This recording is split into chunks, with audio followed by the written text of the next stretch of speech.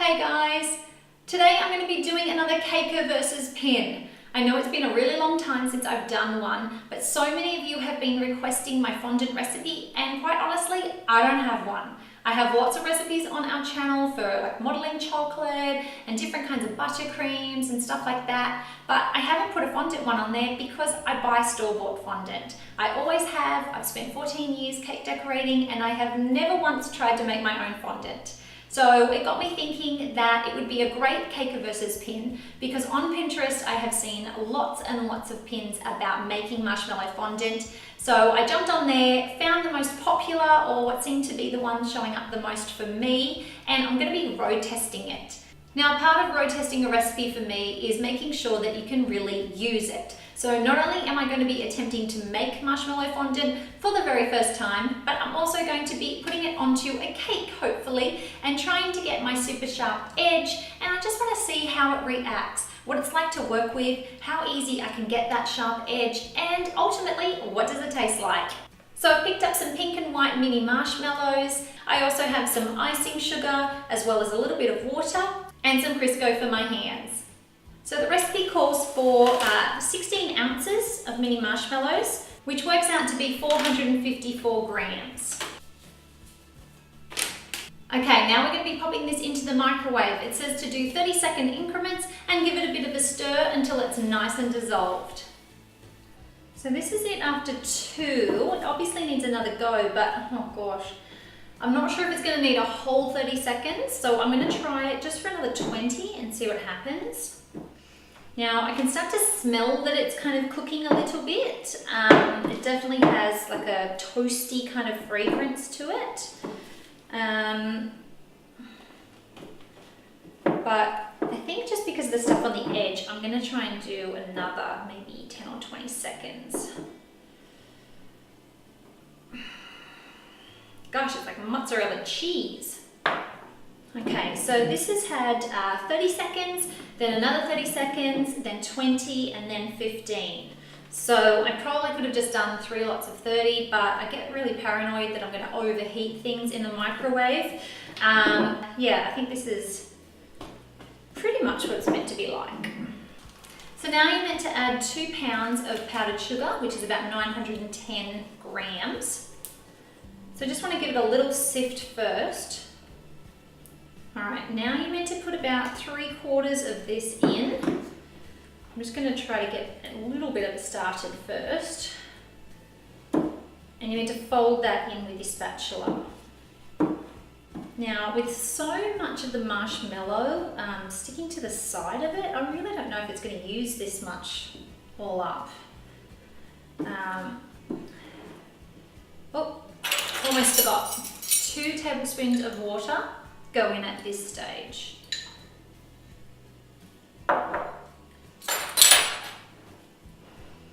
Okay, that might help.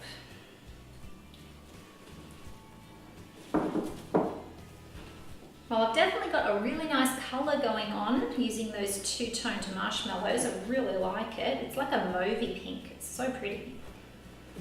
Oh my gosh, wow. This gives you a workout, I can tell you. My arms are already hurting. Now, probably should have opened up my Crisco first.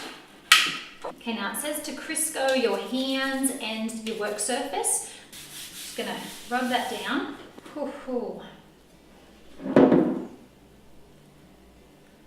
Shake out. Oh my gosh, getting all over me.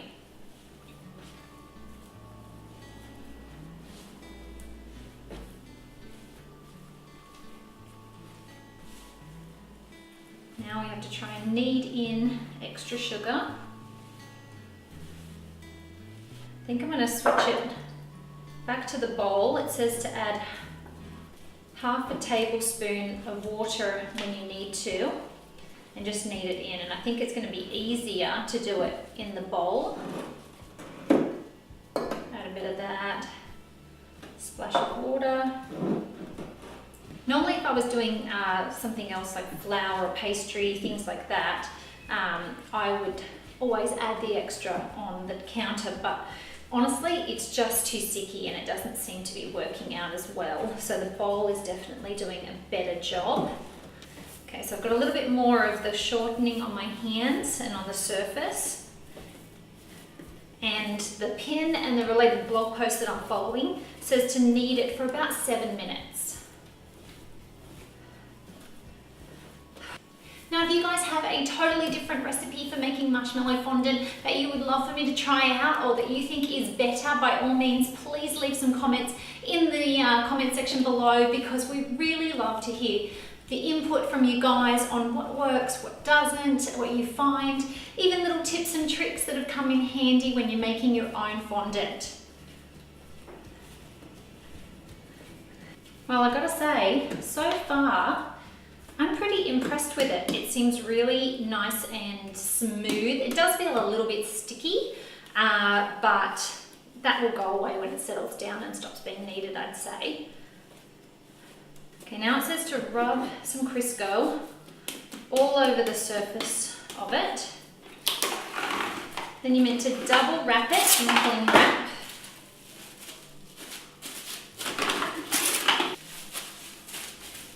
And now it's time for the real test, which is to find out what does it do when you try to cover a cake with it. So I have a 7-inch round cake that I put ganache on last night so that it's set up nice and firm.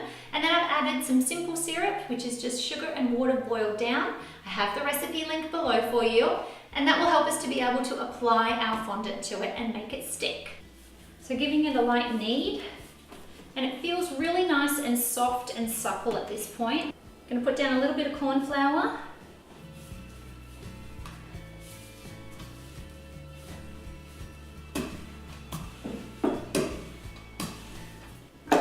Blunt down the front edge, just to make rolling it up a bit easier. Bring it up and roll it over the cake. Pull that in. Attach the edge, and then just so it doesn't weigh it down, I'm going to chop off some.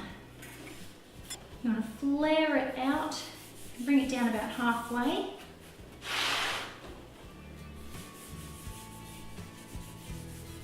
And then all the way down. And this is where I can really start to see a difference. It's getting very much like an elephant skin effect to it. Very easily. It feels like you have to work a lot faster, and it really does feel like it's drying out every second. Okay. Now I want to come around and really attach it to the cake. It doesn't feel like it's sticking to the cake as well or as easily. It really doesn't feel like it's adhering to the bottom as well, even though there's all of that simple syrup on there. I think because it's drier. Now I'm going to cut away the excess. All right, now we can really get working on it. I want to rub and push out a little bit, and I'm going to come along and really try and press this up against the cake. It really isn't sticking to the cake at the bottom very well at all, which I've never known that to happen with fondant.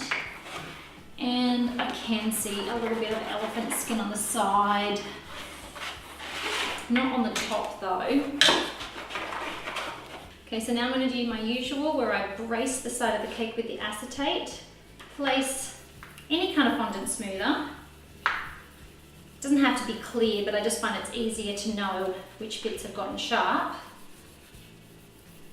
And just work your way around. Just go around and smooth it again to make sure that I'm not getting any lines from pressing on it. And go around again. Normally I wouldn't go around twice, but it's just not quite getting sharp.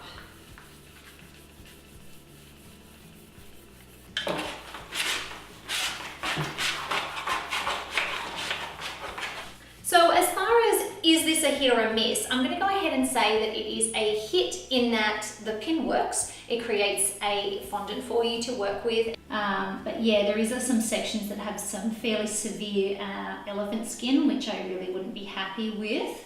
As well as the base, it's having trouble sticking. It seems to have stuck now, but it has made it uneven when I've cut because it really wasn't attaching well. Now, I guess the other part is to taste it. Grab some of this.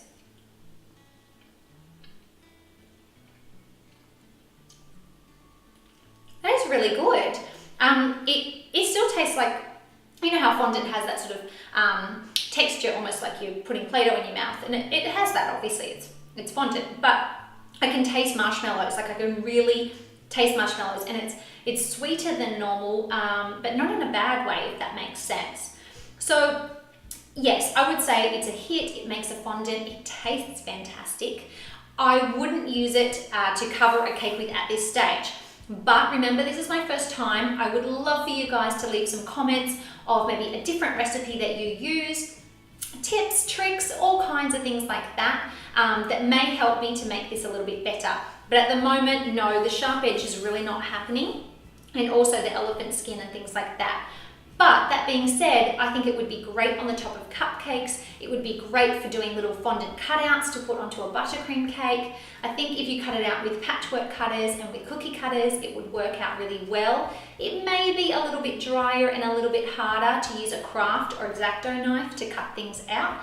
But if you have a little bit of Crisco, I'm sure that you could get around that. So again, thank you for watching this. This is, like I said, the first time I've made this. All in all, I think that it's a really great pin, and I think it's worth testing this out a few more times and giving it a go to try to get the perfect marshmallow fondant. And I look forward to seeing all of the comments that you leave below to help me along the way.